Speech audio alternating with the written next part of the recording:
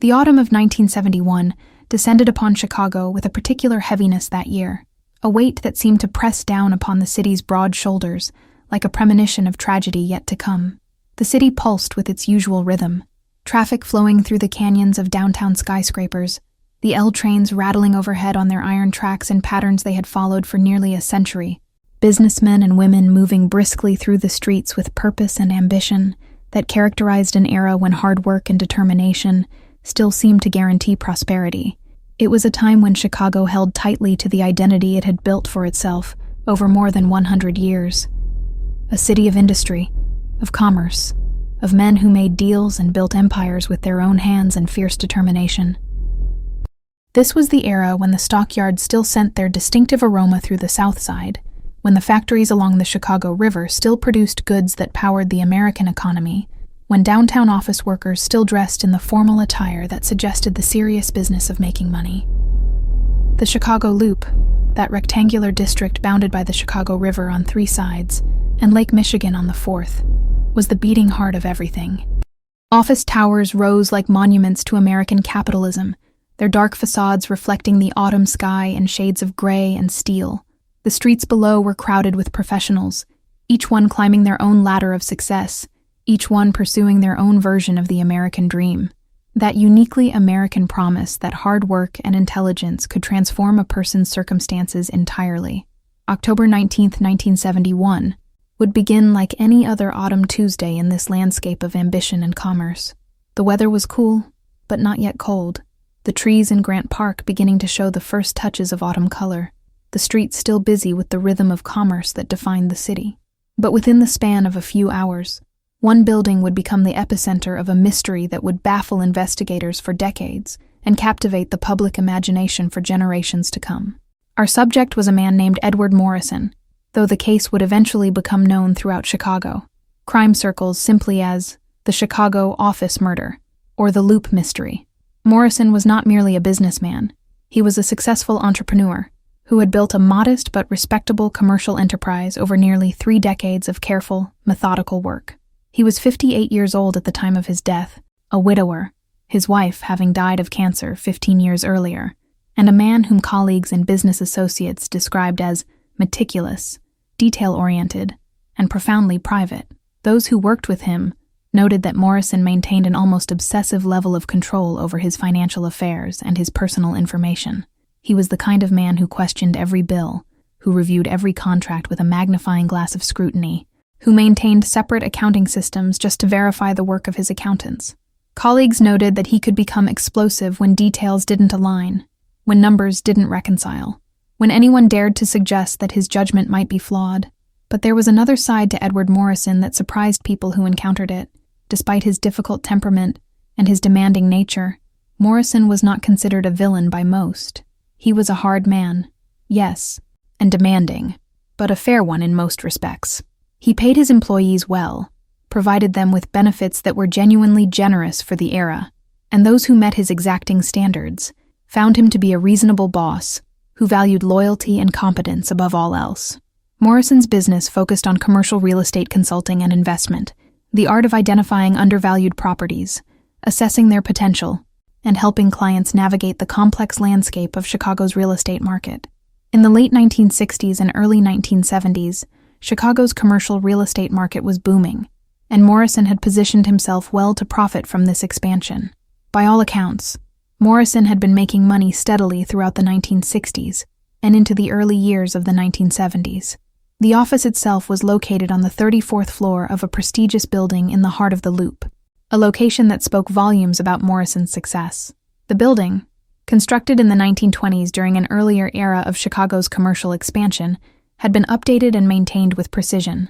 Morrison occupied a corner suite with views that stretched across Lake Michigan toward the distant Indiana plains, views that seemed to expand one's sense of possibility and potential. It was a space that spoke eloquently to his success, well appointed with mahogany furniture, tastefully decorated with the kind of restrained elegance that suggested both taste and wealth, organized with the precision of a man who believed that order and control were paramount virtues. The office contained several filing cabinets, each labeled and organized according to a system only Morrison understood.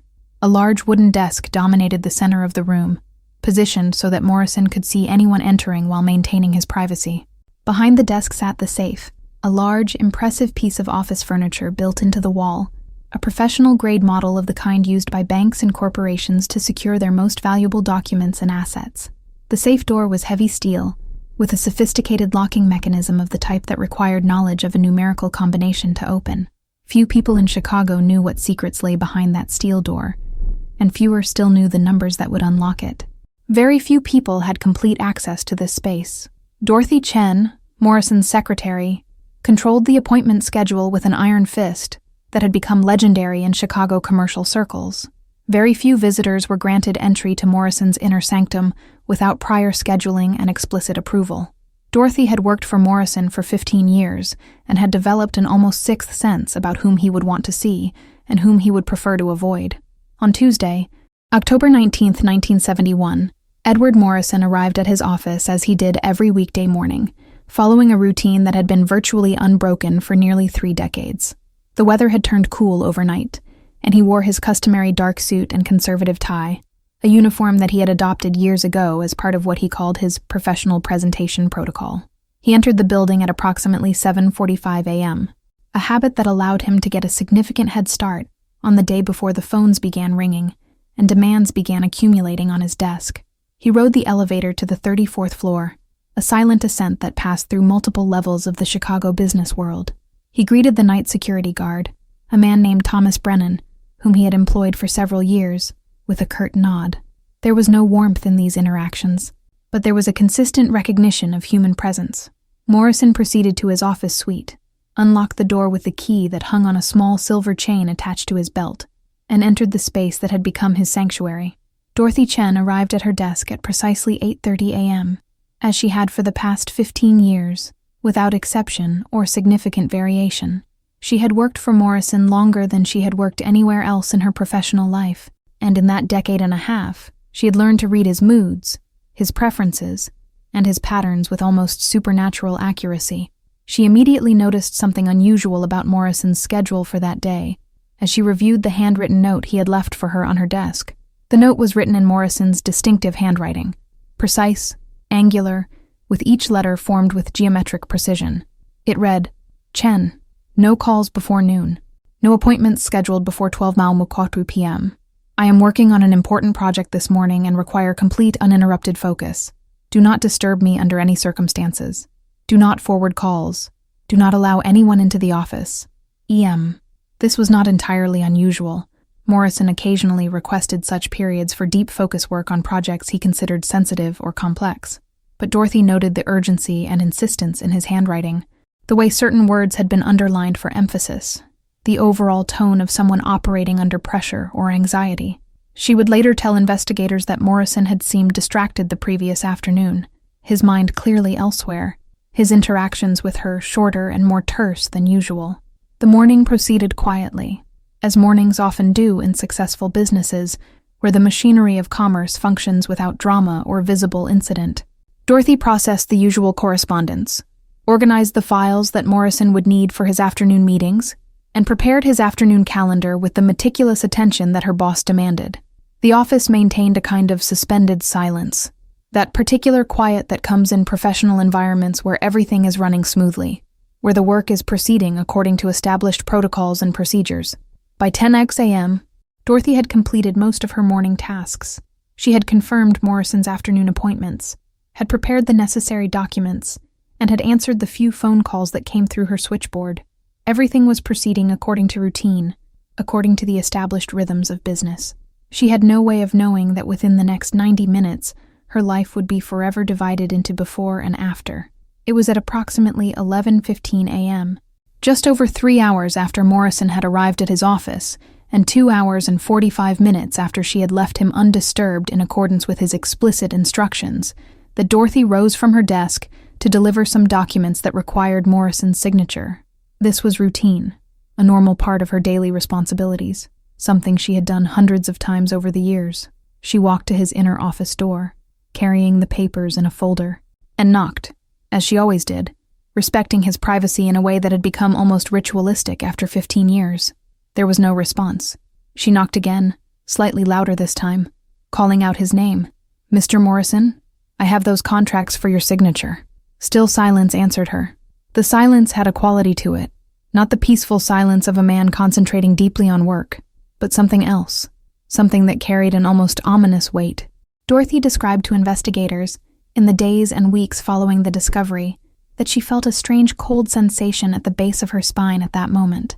She had worked for Edward Morrison for 15 years, through business successes and setbacks, through his moods and temperamental outbursts, through countless daily interactions that had given her an intuitive understanding of his patterns and his presence. Something was fundamentally wrong.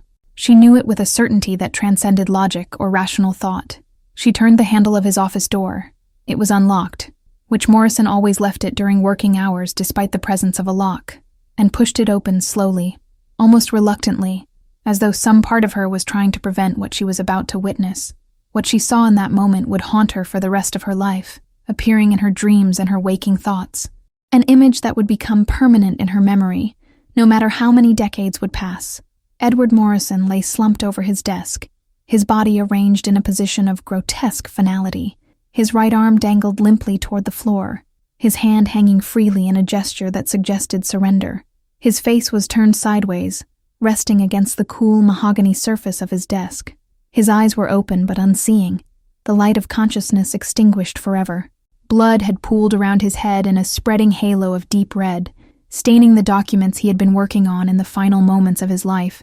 The blood had soaked into the papers, financial documents, letters, calculations, rendering them illegible, transforming them from records of business transactions into artifacts of death. A single bullet hole was visible in his right temple, a small dark opening where the projectile had entered his skull, a hole so precise and deliberate that it spoke of purpose and intention, rather than accident or chaos. The weapon was nowhere to be seen. Dorothy's scream brought security running within seconds, a sound of pure human anguish that echoed through the corridor and down the stairwell, a sound that would alert everyone in the building that something catastrophic had occurred. The building's head security officer, a man named James Rutherford, immediately responded to the disturbance. Rutherford was a large man, muscular, with the bearing of someone who had spent years in military service before transitioning to civilian security work. Rutherford took in the scene at a glance and immediately instructed Dorothy to leave the office. He then radioed for the Chicago Police Department, speaking into his walkie-talkie with the clipped efficiency of someone trained in emergency protocols. Within minutes, sirens began wailing through the downtown streets, echoing off the buildings and reverberating through the Chicago Loop District. By 11:30 a.m., just 15 minutes after Dorothy's scream had shattered the quiet morning, homicide detectives were entering the crime scene, beginning the process that would consume their attention for months and ultimately span decades. The first officers to arrive found a scene that would baffle and confound investigators for the remainder of their careers, and for decades beyond. The office was arranged with an unusual orderliness that seemed almost contradictory to the presence of death within it. Files were organized on the shelves according to a system of Morrison's own devising. Papers on the desk were stacked neatly, carefully arranged, with Morrison's work clearly visible. Spreadsheets, financial documents, contract notes, calculations written in his precise handwriting. The only significant disruption to the scene's orderly arrangement was Morrison's body and the blood surrounding it. In every other respect, the office maintained its meticulous organization. Nothing appeared to have been ransacked. No drawers hung open. No papers had been scattered about in struggle or chaos. The room suggested not a scene of violent struggle, but rather something far more controlled and deliberate. But there was something that would trouble investigators immediately upon arrival, something that would become the defining mystery of the entire case: Morrison's safe. The safe was a large, impressive piece of office furniture, built into the wall behind Morrison's desk, a permanent installation that had probably been placed years earlier as part of the office's construction or renovation. It was a professional-grade model manufactured by a well-known security company, the kind of safe used by banks and corporations to secure their most valuable documents and assets. The safe door was standing partially open, not broken open. This was the crucial detail that would drive investigators to distraction. Not forced open, not pried open, not damaged in any way. Opened. The mechanisms were intact.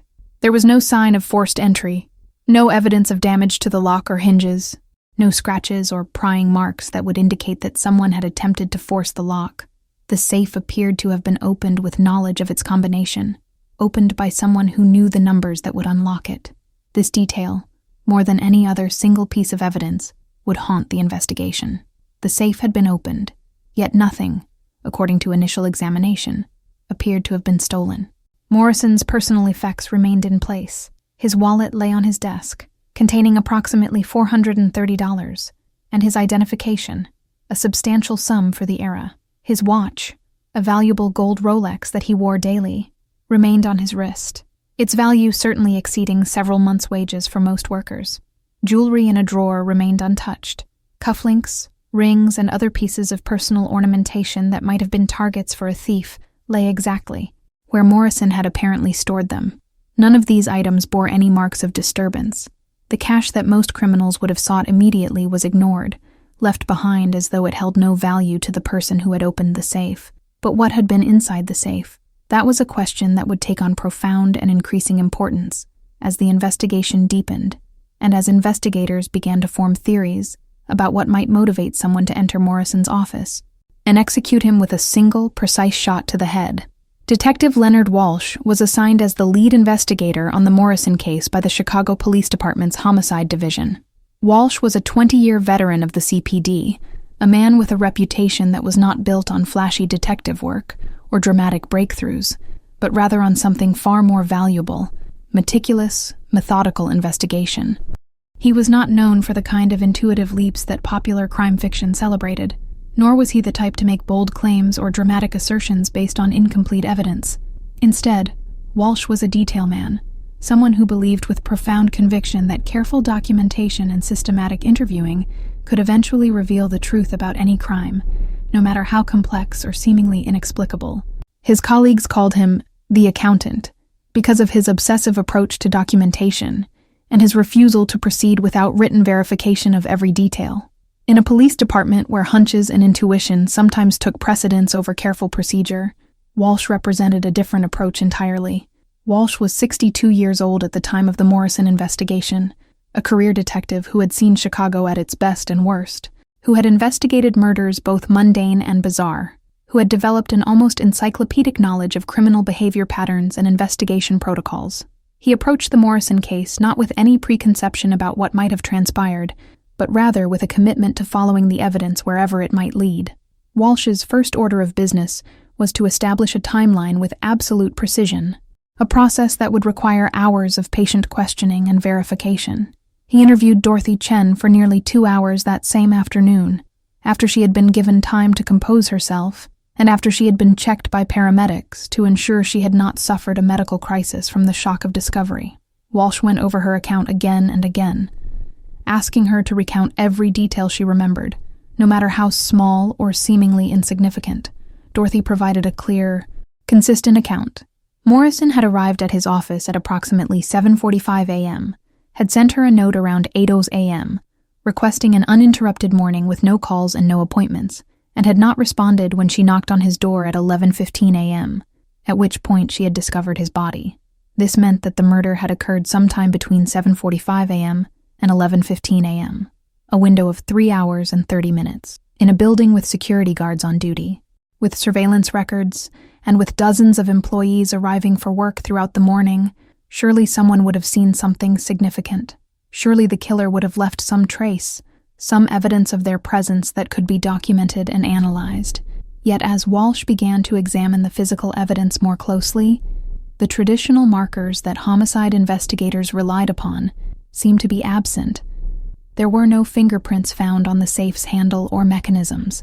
The bullet that had killed Morrison was recovered from the back of his skull but provided minimal information.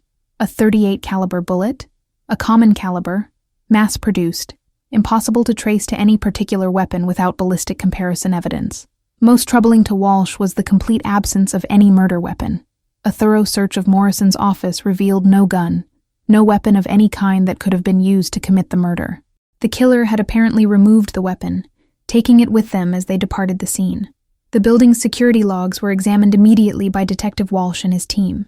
The night guard, Thomas Brennan, reported that the building had been empty except for Morrison from the time of closing at 6:01 p.m. the previous evening until approximately 7 a.m. the following morning.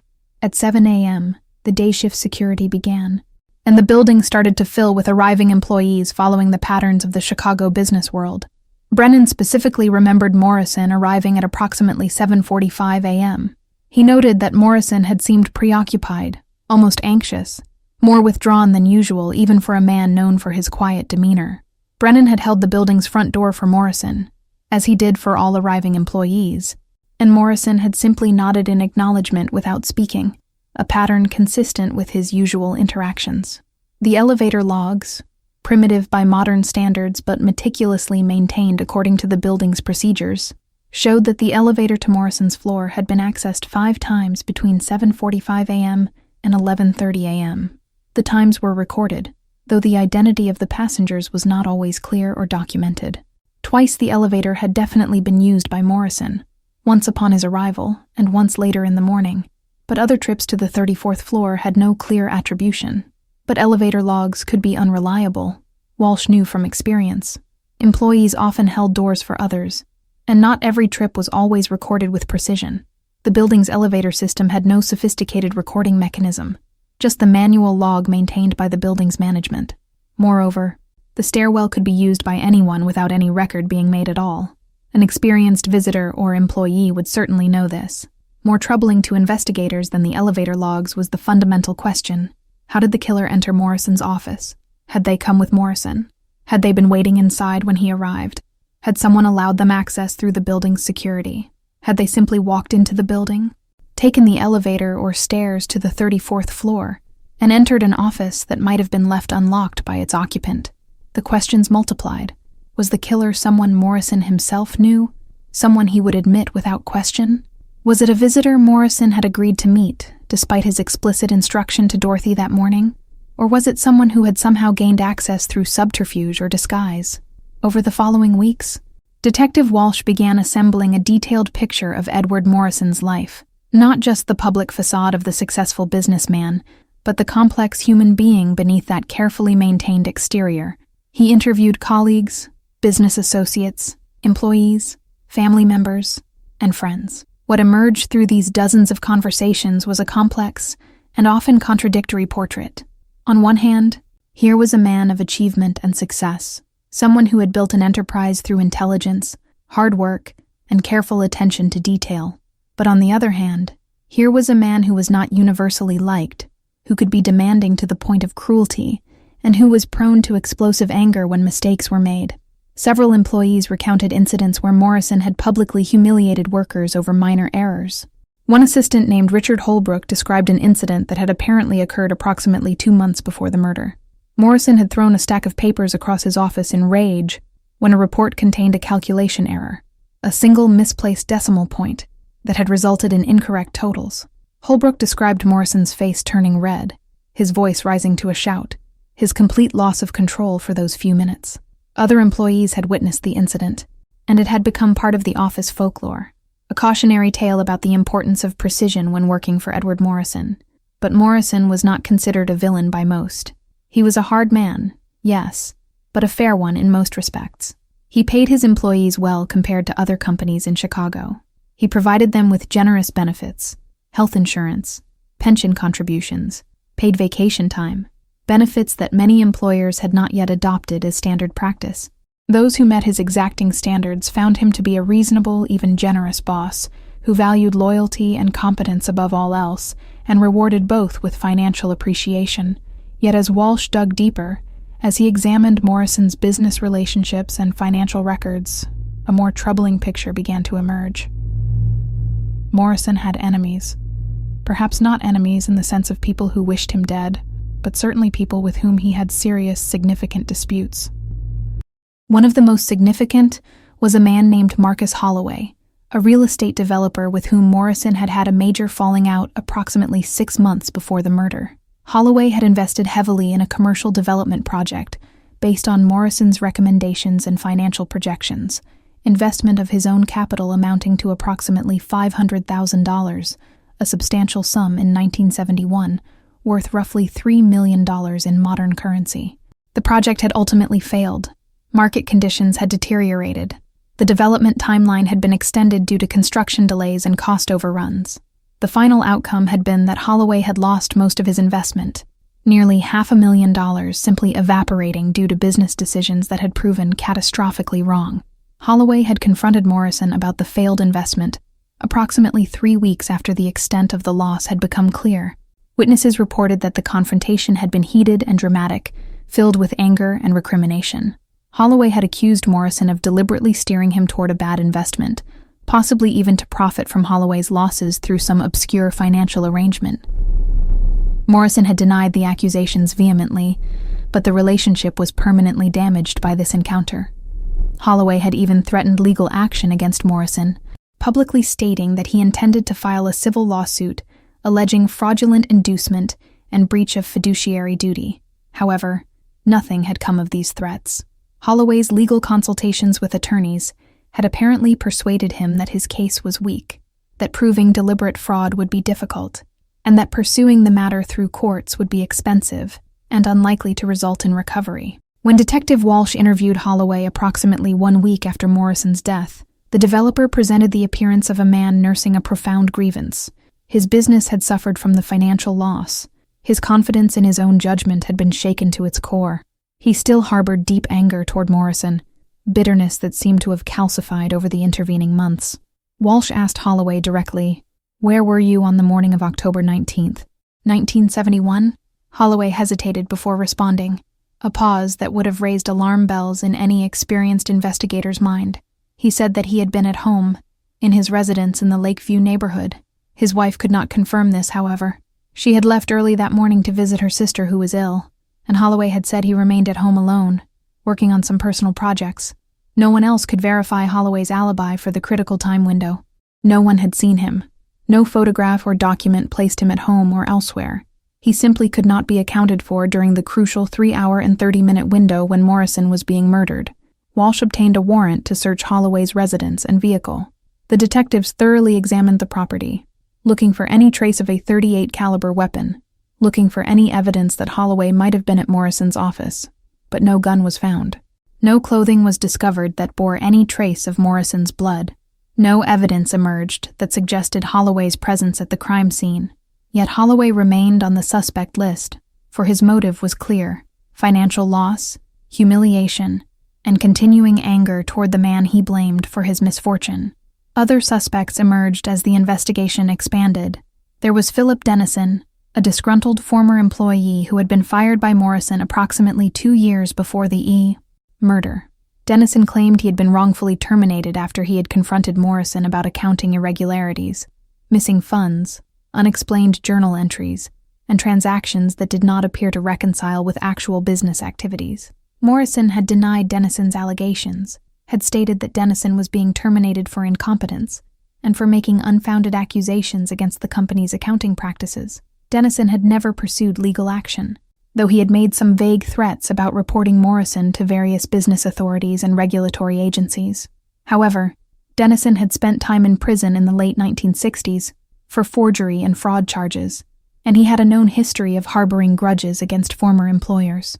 When interviewed by Detective Walsh, Dennison claimed to have been in a bar on the South Side on the morning of Morrison's murder, a bar named The Green Door, located in a neighborhood several miles from downtown Chicago. But the bartender's recollection was unclear, and the establishment was the kind of place where identity verification was not standard procedure.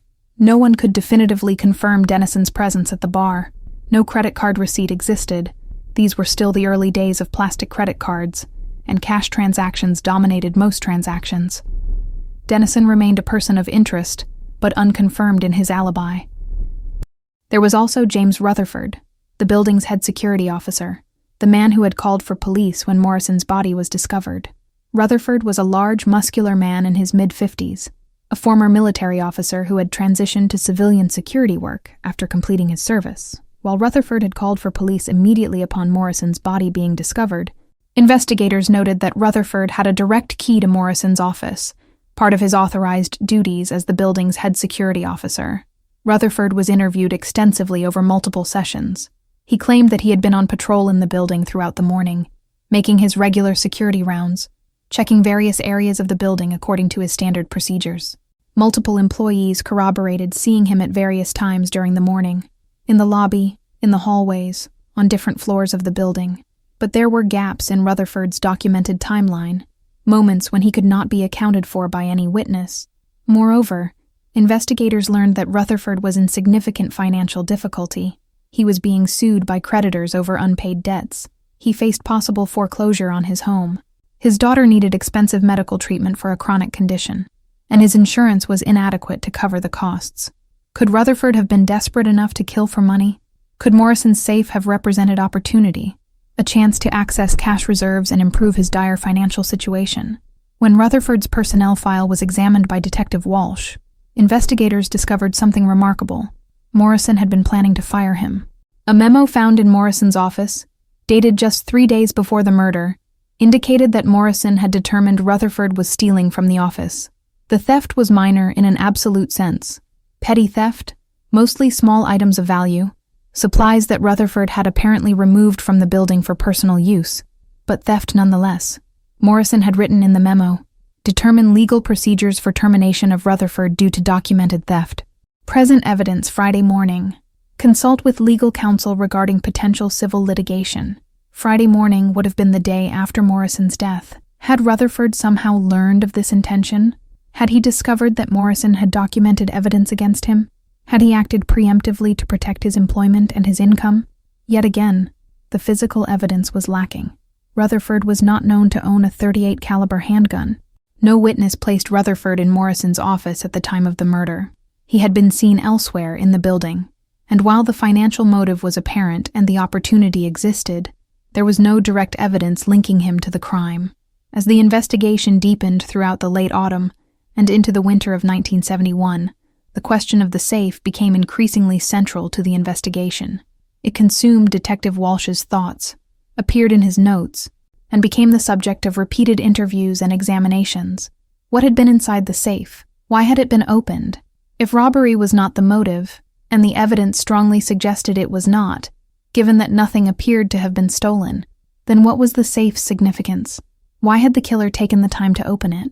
Dorothy Chen was questioned extensively about the safe's contents.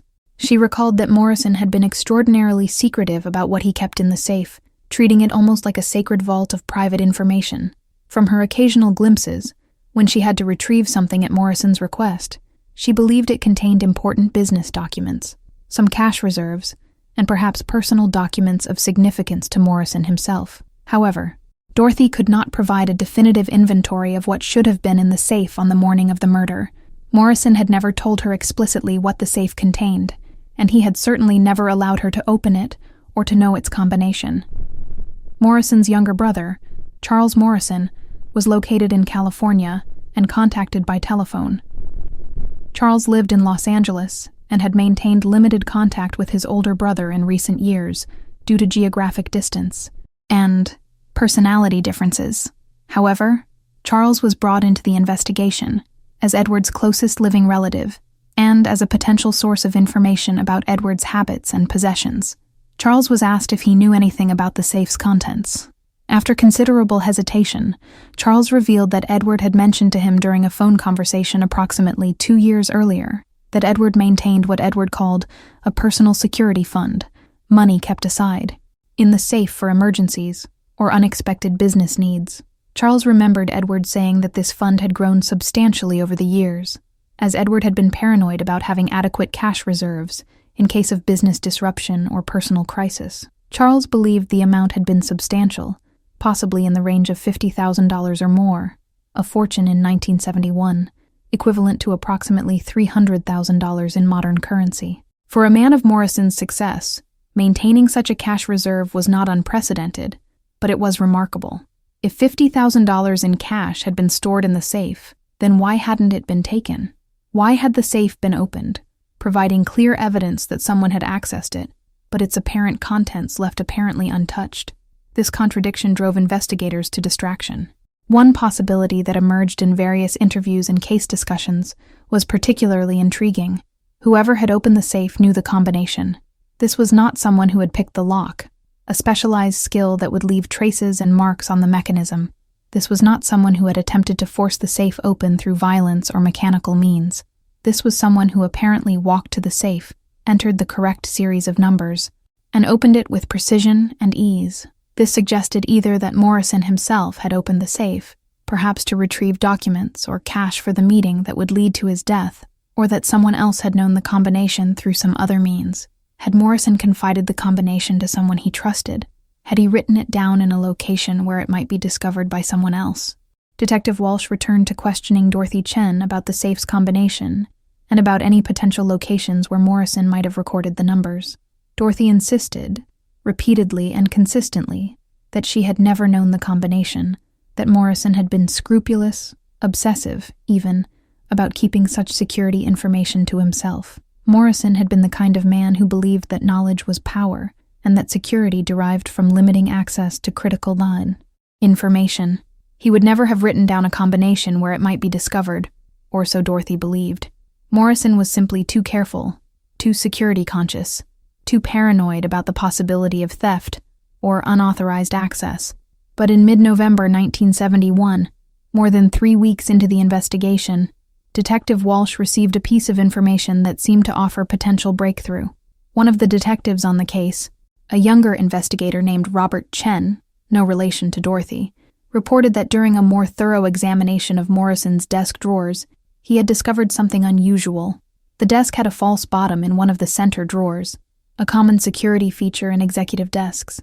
Morrison himself had apparently constructed or modified this false bottom, creating a hidden compartment approximately 2 inches deep and large enough to hold documents or small items.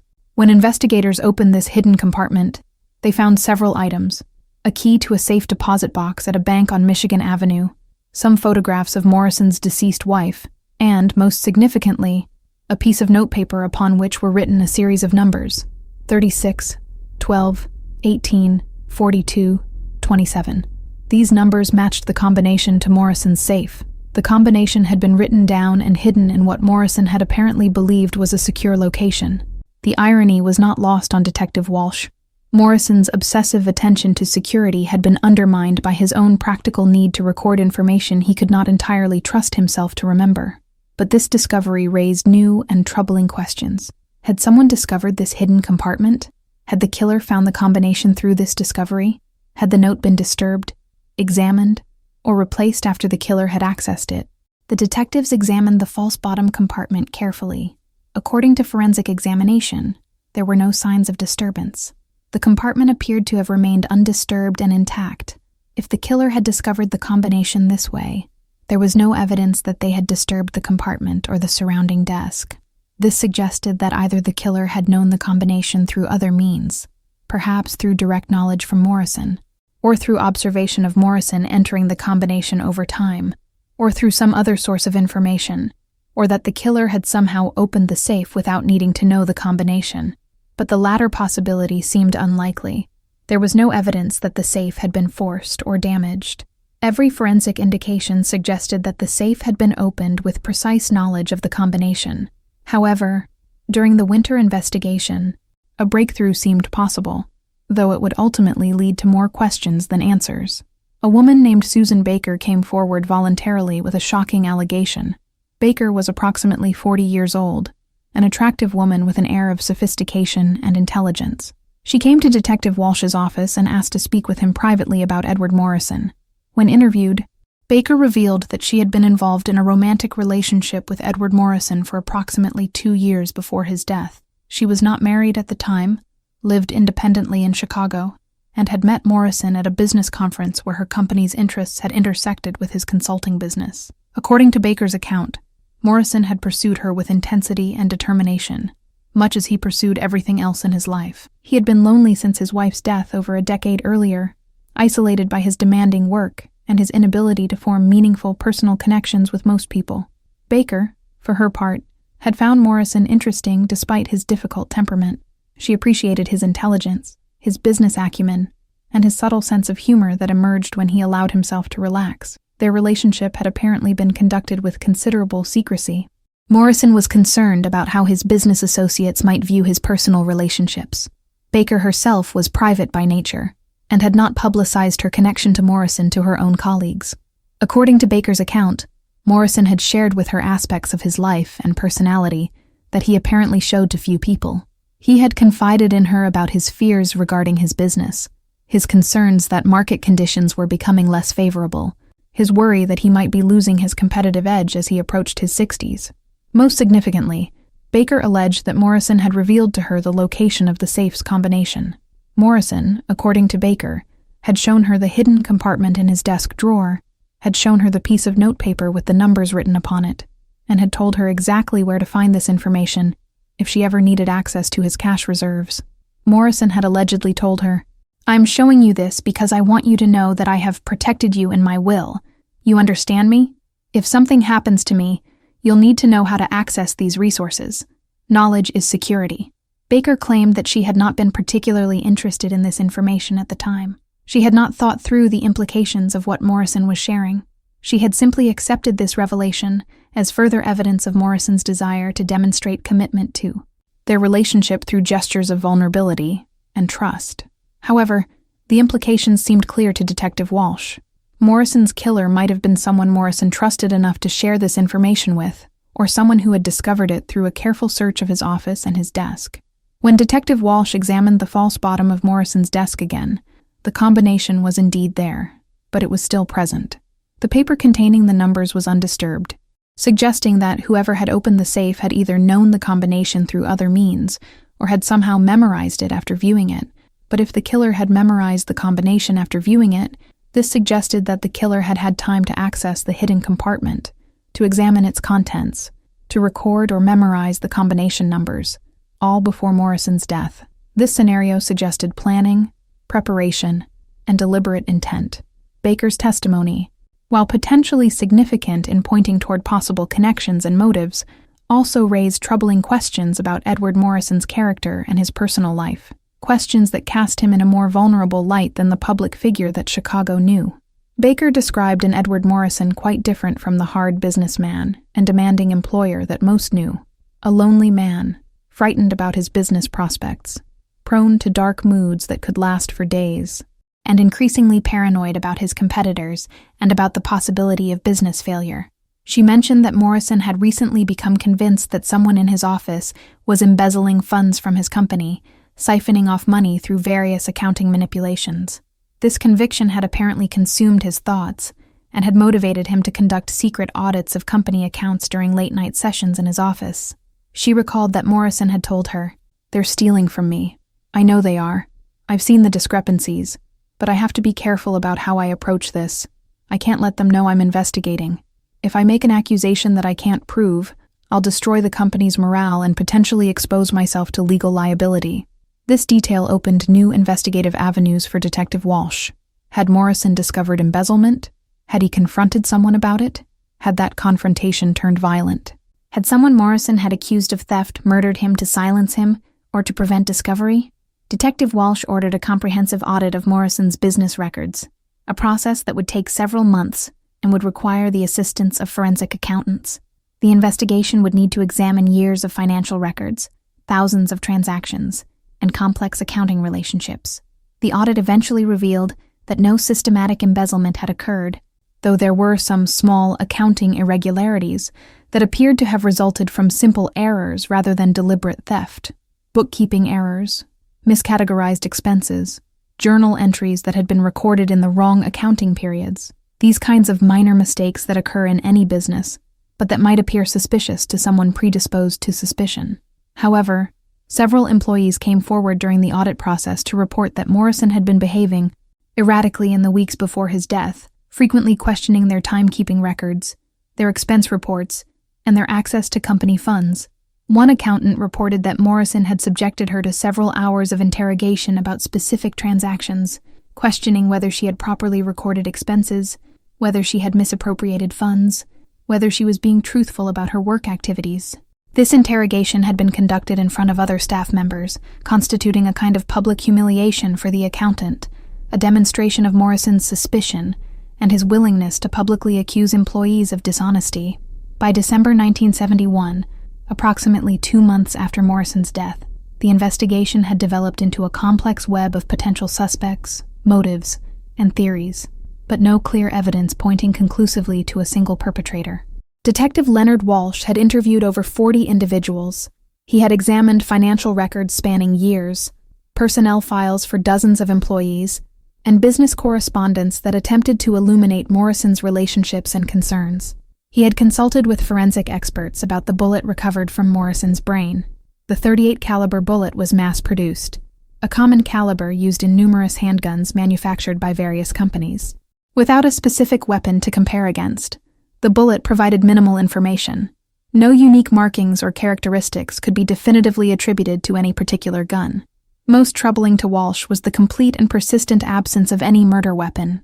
Despite thorough searches of suspects' residences and vehicles, despite interviews with gun dealers and individuals known to traffic in illegal weapons, no .38 caliber handgun appeared that could be connected to the murder. Either the killer had disposed of the weapon carefully in a location that investigators had not thought to search, or the killer had possessed legitimate access to a firearm that would not necessarily have been discovered. Moreover, no gunshot residue had been found on any of the primary suspect's hands or clothing. While gunshot residue analysis was not as sophisticated in 1971 as it would become in later decades, it would not be until the 1990s that reliable automated gunshot residue detection would become standard practice. The absence of any trace evidence on the likely suspects was troubling. Either the killer had been extraordinarily careful in the aftermath of the crime, having immediately washed their hands, changed their clothing, and disposed of any evidence of contact with the weapon, or the investigation was pursuing the wrong leads entirely, chasing suspects who had no real connection to the crime. As 1972 dawned and the holiday season of 1971 receded into memory, the Morrison case began to fade from the front pages of Chicago newspapers. Other crimes demanded attention. Other investigations pulled resources. Other cases seemed more solvable, more amenable to quick resolution. Detective Walsh continued to work the case, though with diminishing resources and, increasingly, with diminishing hope. The case remained officially open, but began its transition into what would become its permanent status, a cold case, a file that would remain in the police department's archives, occasionally reviewed but never resolved. Throughout the 1970s and into the 1980s, occasional developments would briefly reignite public interest in the Morrison case. Reporters would occasionally revive the story for slow news cycles. True crime enthusiasts would occasionally revisit the details. But with each passing year, the case seemed to recede further into Chicago's history. In 1976, approximately 5 years after Morrison's death, James Rutherford, the security guard who had remained under suspicion, died in a car accident, under circumstances that some observers found suspicious. Rutherford had been driving on an icy road on Chicago's South Shore during winter weather when he apparently lost control and crashed into a bridge support at high speed. He was killed instantly. The investigation ruled the death an accident. Ice on the road, a moment of inattention, consequences of winter driving conditions. But there had been some speculation among conspiracy theorists and amateur sleuths who followed the Morrison case that Rutherford might have been silenced by parties interested in keeping the Morrison case unsolved. These theories were never substantiated, and no evidence ever emerged to support them. In 1979, approximately 8 years after Morrison's death, Philip Dennison, the disgruntled former employee who had also been a person of significant interest in the investigation, was arrested for armed robbery in Indiana. During his arrest and subsequent interrogation, Dennison was questioned again about his whereabouts on the morning of Morrison's murder. He remained evasive, reluctant to provide clear details or definitive accounting of his time. While investigators renewed their interest in the possibility of Dennison's involvement in Morrison's death, no new evidence emerged linking him definitively to the murder. The murder case against Dennison remained circumstantial at best, and no charges were filed in connection with Morrison's death. Dennison served his sentence for the Indiana robbery and eventually disappeared from public record. His later life remained obscure, whether he returned to Chicago, whether he reformed, whether he died, or simply faded into obscurity. No one in law enforcement could definitively say. Throughout these years, Charles Morrison, Edward's brother living in California, maintained that his brother had been a good man, treated unfairly by history and by a justice system that had failed to hold the actual perpetrator accountable. Charles established a trust to maintain active investigation of his brother's death, hiring private detectives to continue working angles that the police had exhausted or abandoned. These private investigations, while occasionally turning up intriguing details and interesting leads, never produced the definitive breakthrough that Charles desperately hoped for. The private investigators would occasionally report that they had located a new witness, a person who claimed to have information. But these leads inevitably disappointed. They led to nothing definitive, nothing that would constitute evidence of guilt, beyond a reasonable doubt. By the late 1980s, approximately 20 years after Edward Morrison's death, the case had become something of a legend in Chicago crime circles, a famous unsolved murder that new detectives at the Chicago Police Department would learn about during their training. Criminology professors at Northwestern University and other Chicago area universities would use it as a teaching example of investigative dead ends, a case where the evidence seemed to suggest guilt without conclusively proving it, where multiple suspects had motives, but none could be definitively connected to the crime. Amateur true crime enthusiasts occasionally attempted to solve the case through armchair detective work, analyzing the available information and offering theories about what might have transpired. Online communities dedicated to unsolved murders would occasionally feature discussions of the Morrison case, with amateur sleuths offering their own theories and speculation. But the case's most significant development, the event that would ultimately bring new attention and new investigative resources to a 2-decade-old murder, came not from new investigative techniques or forgotten evidence suddenly recovered, but rather from a simple human action, desperation born from decades of accumulated grief and the passage of time itself. In 1991, approaching the 20th anniversary of his brother's death, an anniversary that had weighed heavily on Charles Morrison despite the passage of 2 decades, Charles made a decision that would prove significant. Now in his late 60s, and aware that his own mortality was becoming a consideration, Charles decided he would use his considerable personal wealth to take an action that was bold and somewhat desperate. He would publicly announce a substantial reward for information leading to the conviction of his brother's killer.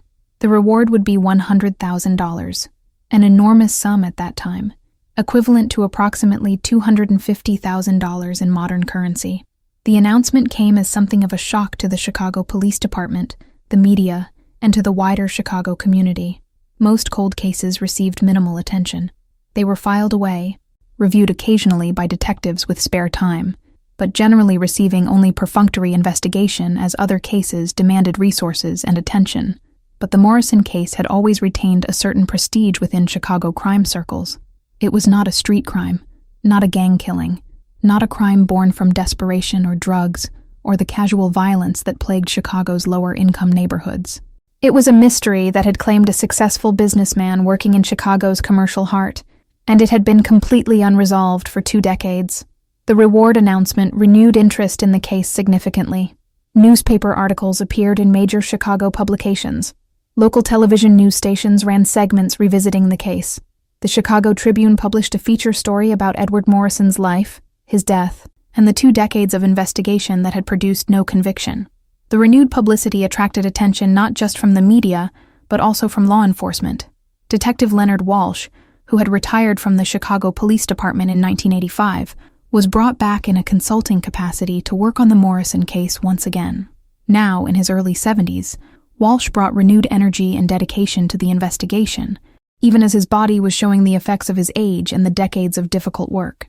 He was accompanied by a younger detective named Rebecca Santos, who had not even been born at the time of Morrison's death, but who had developed a deep fascination with the case through her studies of cold case investigation techniques. Santos had read Walsh's case files during her training, had studied his investigative methodology, and had become convinced that new forensic techniques might yield results that had been impossible in the early 1970s. Together, Walsh and Santos began systematically re-examining the case file, which by now had grown to several thousand pages spanning 2 decades of investigation, interviews, and analysis. They updated witness interviews, tracked down individuals who had not been questioned in years, and began using investigative techniques that had been unavailable at the time of Morrison's death. However, the renewal of the investigation also revealed the tragic truth about the inexorable passage of time. Many potential witnesses and suspects had died or were simply no longer accessible. Dorothy Chen, Morrison's secretary who had discovered his body and had been questioned extensively by Detective Walsh in the original investigation, had passed away in 1987 at the age of 72. She had died of cancer, never having had the satisfaction of knowing who had murdered her longtime employer. Marcus Holloway, the real estate developer who had remained one of the primary suspects due to his financial motive and inability to verify his alibi, had died in 1989 at the age of 81. Holloway's widow was located and interviewed, but she could provide no additional information about her husband's whereabouts on the morning of Morrison's death. Several other key witnesses and secondary suspects had likewise passed from the scene in the 2 decades that had elapsed since Morrison's murder, some to natural causes, some to accident or disease, all of them beyond the reach of investigators' questions. Yet not all had been lost to time. Detective Walsh's original suspect list still contained several individuals who were alive and potentially still accessible for questioning. Moreover, advances in forensic technology offered new possibilities that had not existed at the time of the original investigation. The .38 caliber bullet that had killed Morrison had been carefully preserved in evidence storage throughout the 2 decades. It could now be subjected to more sophisticated ballistic analysis than had been possible in 1971. Digital imaging technology could enhance details that might have been invisible to the naked eye in the original examination. DNA technology, though still in its relative infancy in the early 1990s, just a few years after the first criminal case had utilized DNA evidence, offered intriguing possibilities for examining physical evidence. While no biological evidence had been systematically collected at the original crime scene in 1971, a grave oversight by 1990s standards, the bullet itself might potentially yield information, if any organic material had adhered to it. Moreover, Detective Santos proposed an innovative approach to reinvigorating the investigation. They would publicize the case through media appearances and newspaper interviews. They would appeal directly to the public, hoping that someone who had kept silent for 2 decades might be motivated by the reward announcement or by a renewed sense of justice to finally come forward with information they had previously withheld. This media campaign began in late 1991 and continued into 1992. The story of the wealthy businessman murdered in his office during ordinary business hours, the decades of silence following the murder, the family's continuing and desperate search for justice. All of this proved compelling to news outlets and to the public appetite for unsolved mystery. Articles about the Morrison case appeared in major Chicago newspapers and regional publications. The Chicago Tribune published an extensive investigation into the unsolved case. Local magazines ran feature stories. Detective Walsh gave interviews to local television stations, discussing the case, appealing for information, discussing the specific details that made him believe the killer might still be living in the Chicago area.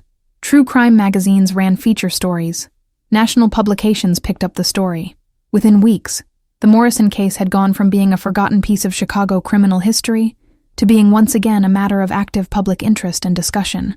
And then, in early 1993, nearly 22 years after Edward Morrison's death, a man named Thomas Wheeler came forward, voluntarily with information that seemed to offer the first genuine breakthrough the case had experienced in 2 decades. Wheeler was 76 years old and lived quietly in suburban Chicago with his wife. He had long since retired from his career as an accountant, a profession that had required precision and attention to detail, similar to that which Edward Morrison had demanded of himself. Wheeler had spent most of his professional life working with financial records, with numbers and calculations, with the detailed work of ensuring that business accounts remained accurate and properly documented. Wheeler came to the Chicago Police Department's Detective Division on a cold February afternoon and asked to speak with the detective in charge of the Morrison investigation. He did not come with a lawyer, did not come with conditions or demands. He came alone, apparently driven by what he later described as a moral imperative that he could no longer ignore. When he was ushered into Detective Santos's office, Wheeler appeared nervous and conflicted, a man who had evidently struggled with his conscience for a very long time, and who had finally reached the point where remaining silent had become more unbearable than speaking truth. Wheeler explained to Detective Santos that he had been present at Morrison's office building on the morning of October 19, 1971, the day of the murder. He had been working in a commercial office on the 33rd floor, directly below Morrison's suite. He had been there early, as was his custom, arriving at approximately 7:30 a.m. to work on financial records for a client whose accounting was particularly complex and detailed. Wheeler explained that he had needed quiet, uninterrupted time to focus on calculations that required absolute precision. The early morning, before other workers arrived, and before the building's normal daytime atmosphere of telephone calls and business activity, provided that quiet environment that he required. He stated that he had been working at his desk when, around approximately 9:00 a.m., He had needed to leave his office to retrieve something from the building's supply room, which was located on the 34th floor, adjacent to Morrison's office suite. He had taken the elevator up to the 34th floor and was walking toward the supply room when he had witnessed something that would trouble him for the next 2 decades of his life. A man had emerged from the stairwell on the 34th floor, not the elevator, but the stairwell door, the exit from the emergency stairs. This man had gone directly to the elevator and had pressed the button to summon it. Wheeler had found this detail memorable, he later explained, because it was unusual. Most people who were arriving at or departing from an office used the elevators. The stairwell was typically used only for emergencies, or by individuals making only 1 or 2 floor transitions. Someone who was using the stairwell to access the 34th floor and then waiting for the elevator to leave suggested either that they had deliberately avoided using the elevator on the way in, or that they had needed the exercise and fresh air offered by stairwell access. The 2 men had ridden down in the elevator together, Wheeler and this stranger, standing in silence. At the lobby, the man had exited the building quickly, almost hurriedly, Wheeler recalled. Wheeler stated that he had been young at the time, in his mid-50s, and he had been frightened. He did not know what was happening, did not know if the man he had seen had any connection to Morrison or to the office building, did not know if the man had any connection to the murder that would occur just hours later. As the days and weeks had passed after Morrison's death, as he had realized what he had witnessed, a potential suspect leaving the floor just hours before the murder was discovered, his fear had paralyzed him. He had not known what to do, had not known whether he should come forward, had not known what telling the truth might entail. He had convinced himself through the years that perhaps the man he had seen had legitimate business on the 34th floor. Perhaps the man had been visiting another office in the building. Perhaps using the stairwell had been a simple matter of exercise or habit, rather than deliberate attempt to avoid detection on the elevator. And so he had kept silent. Year after year, he had kept this memory to himself, occasionally thinking about what he had witnessed, but never acting on it. The silence had become easier to maintain as time passed, as the case faded from the news, as the immediate urgency of the situation seemed to diminish year after year. But what had changed his mind? Wheeler explained, his voice heavy with emotion, that his wife had died just months earlier, after a long illness during which she had been confined to a hospital bed for several weeks before death finally came. During her final days, as she lay dying, knowing that death was imminent, Wheeler had confessed to her about this memory he had carried for nearly 2 decades. He had told her that he had witnessed something that might be relevant to a murder investigation, and that he had never reported it. His wife had been insistent. He must tell the truth. Before she died, she had extracted from him a promise that he would finally do the right thing, that he would come forward and tell the police what he had witnessed. Wheeler stated, "I couldn't let her die without promising her I would tell the truth. I've tried to live with this for 20 years. Tried to convince myself that maybe I didn't really see what I thought I saw, or that it wasn't important. But my wife, God rest her soul, she wouldn't let me rest. She told me, 'Thomas, you know what you saw. You have to tell the police. You can't go to your grave with this on your conscience.' And so here I am." The description Wheeler provided was not detailed. 20 years of time had inevitably hazed his memory, nor could it be expected to be entirely precise after 2 decades. The man had been approximately 40 years old, of medium build, with dark hair, dressed in business attire appropriate for a professional office environment. He had moved with a purposeful stride, Wheeler recalled, and the entire demeanor had suggested a man on a mission, moving with deliberation and apparent urgency. Wheeler had noticed that the man had seemed anxious, though not panicked. There had been tension in his movements, but not the kind of visible panic that would suggest someone fleeing a violent crime scene.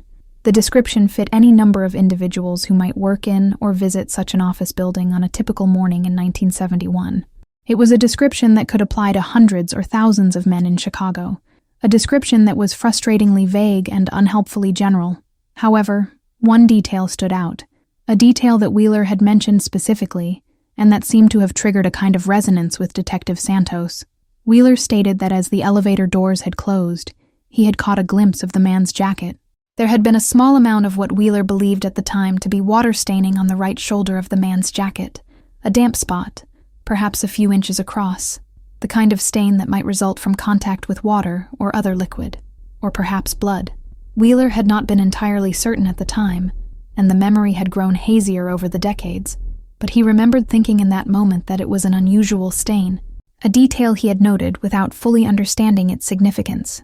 "I remember thinking to myself," Wheeler recalled, "that if that was blood, then that man might have just committed a crime. But it looked like water, or at least I thought it did.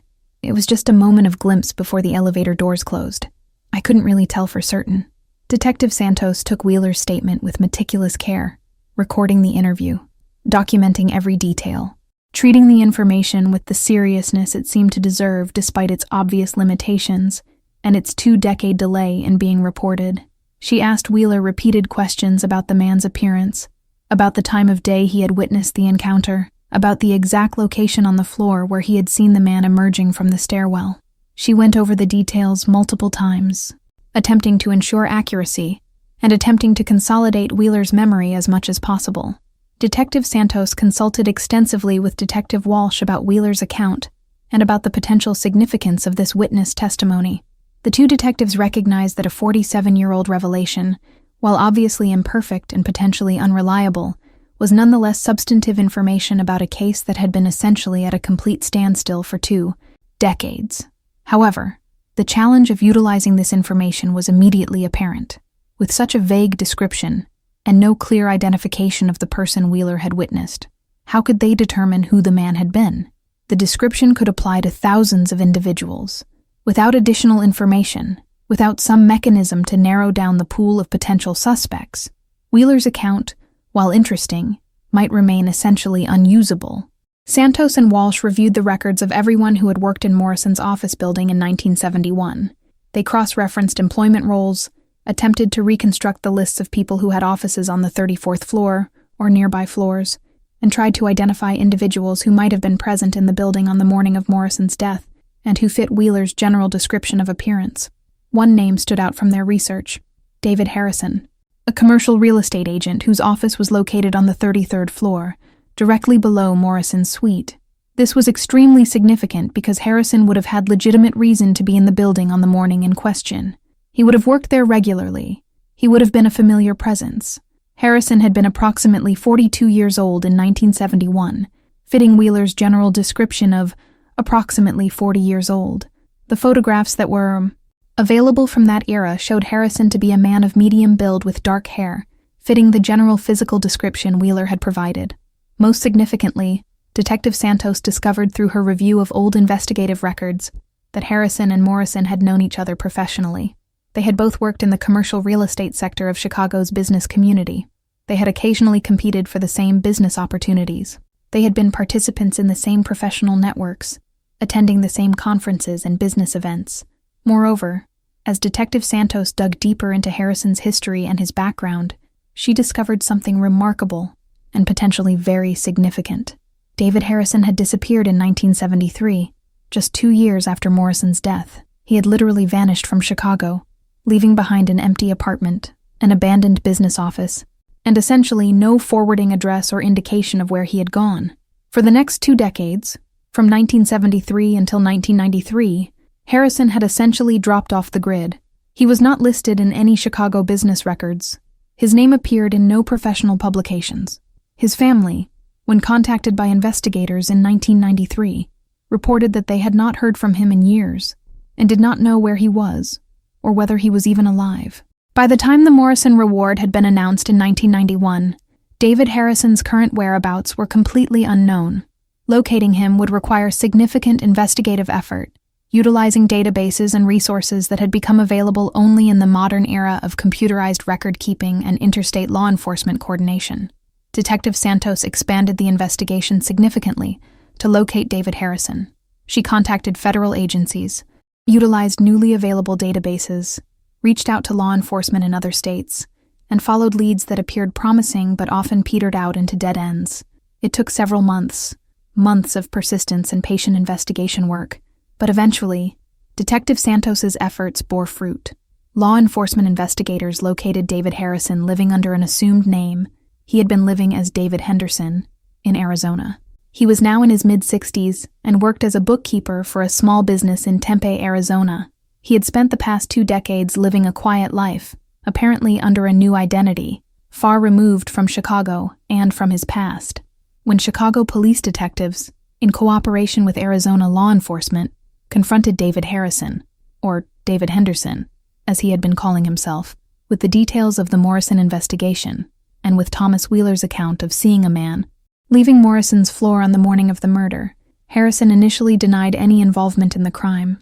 However, faced with the detailed nature of the investigation, with the specificity of Wheeler's identification, and with evidence that he had been in the building on the morning in question, Harrison gradually began to break down under the weight of questioning and confrontation. After hours of interrogation, Harrison ultimately provided what might be described as a partial confession, though it was not complete or entirely coherent.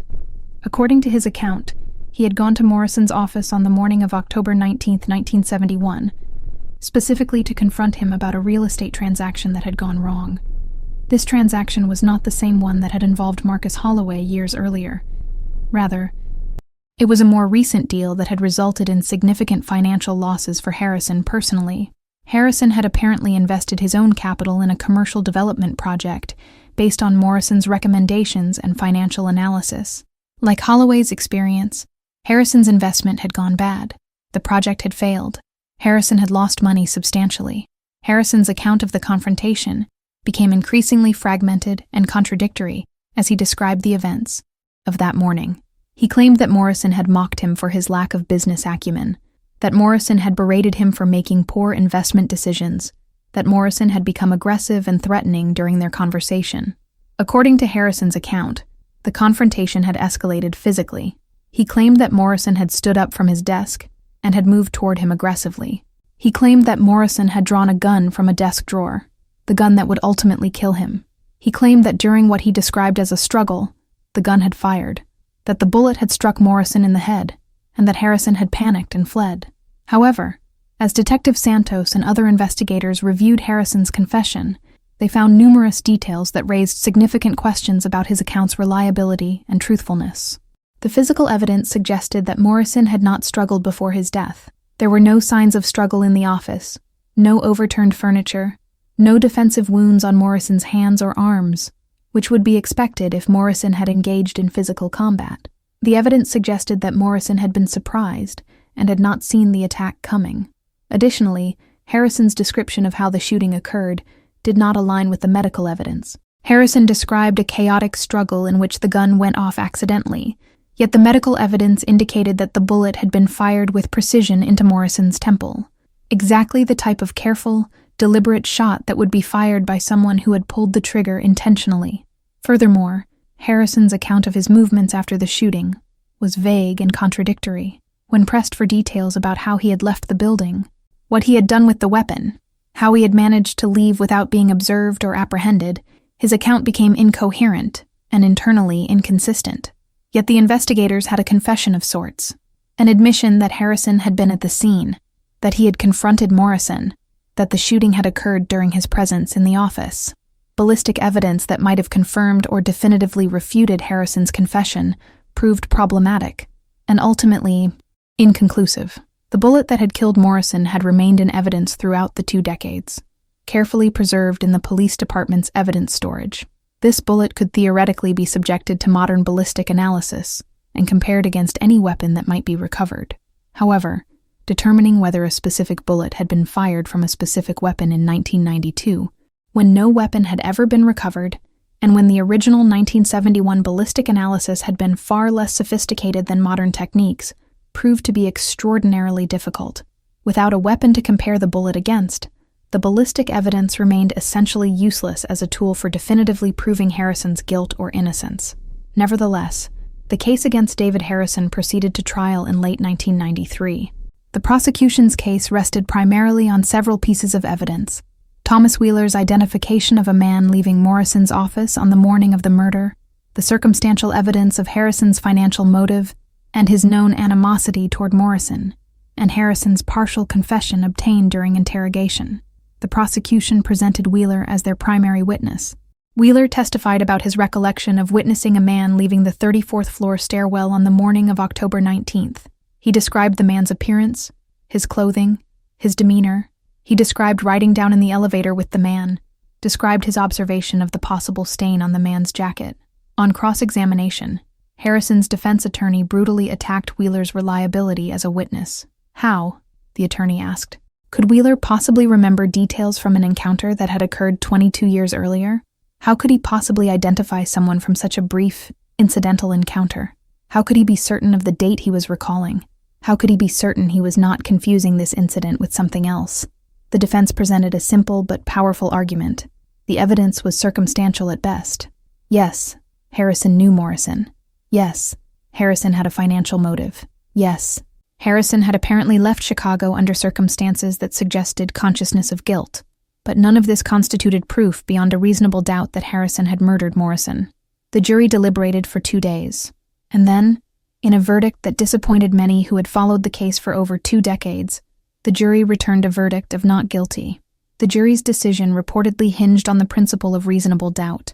While the evidence suggested that Harrison might have been present at Morrison's office on the morning of the murder, and while his behavior in fleeing Chicago and living under an assumed name certainly suggested consciousness of guilt about something, this was not the same as proving beyond a reasonable doubt that he had committed the specific act of murdering Edward Morrison. Moreover, Harrison's confession, which had been obtained after hours of police questioning and confrontation, seemed coerced and unreliable to the jury. They questioned whether a man, after maintaining silence for 2 decades, would suddenly confess to a crime under interrogation. They wondered whether Harrison had simply confessed to a crime he did not commit, in order to alleviate the pressure of intense police questioning and investigation. The jury found insufficient evidence to convict Harrison of murder. He was acquitted of all charges. David Harrison was released from custody. He returned to his life in Arizona, to his assumed identity as David Henderson, to the quiet existence he had apparently constructed for himself over the previous 2 decades. Charles Morrison, Edward's younger brother, who had witnessed the trial from the gallery day after day, was devastated by the verdict. He had spent a fortune on the investigation, had devoted years to seeking justice for his brother, had watched as a man whom he believed was responsible for that crime walked free due to the limitations of legal evidence and the jury's requirement of proof beyond a reasonable doubt. In an interview after the trial, Charles Morrison stated, "That man murdered my brother. I am absolutely certain of it, but the justice system has failed to hold him accountable.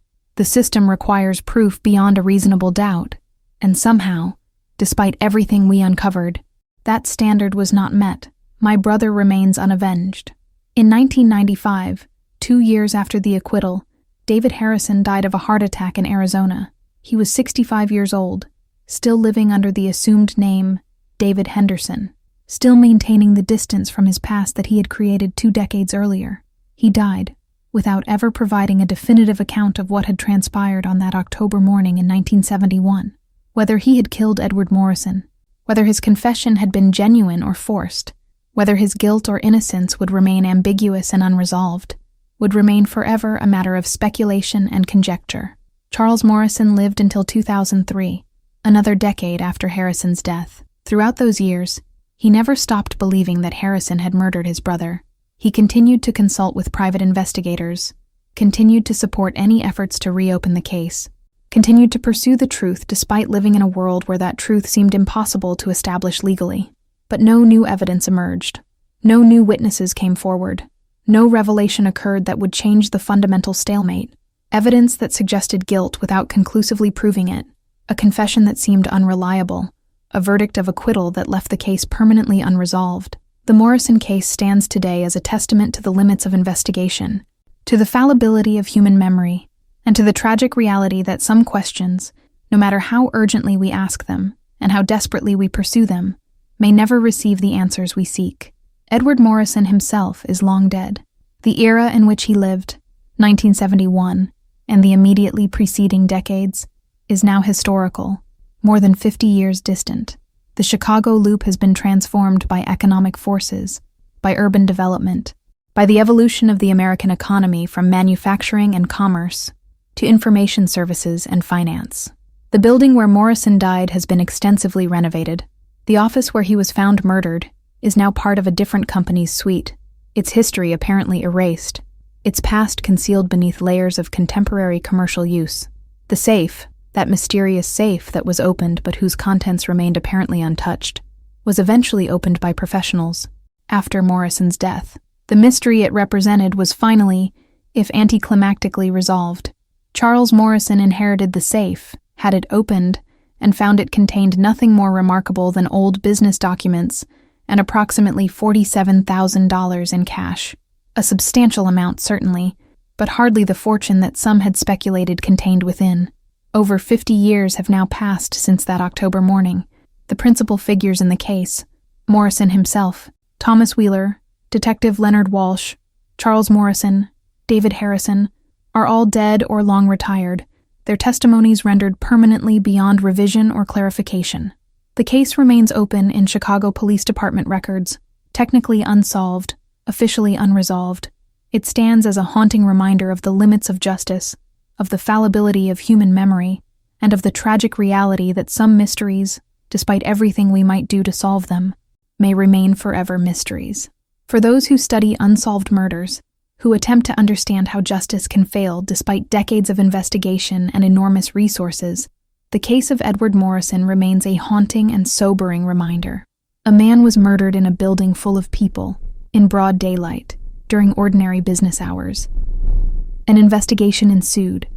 Suspects emerged. Confessions were obtained. A trial was held.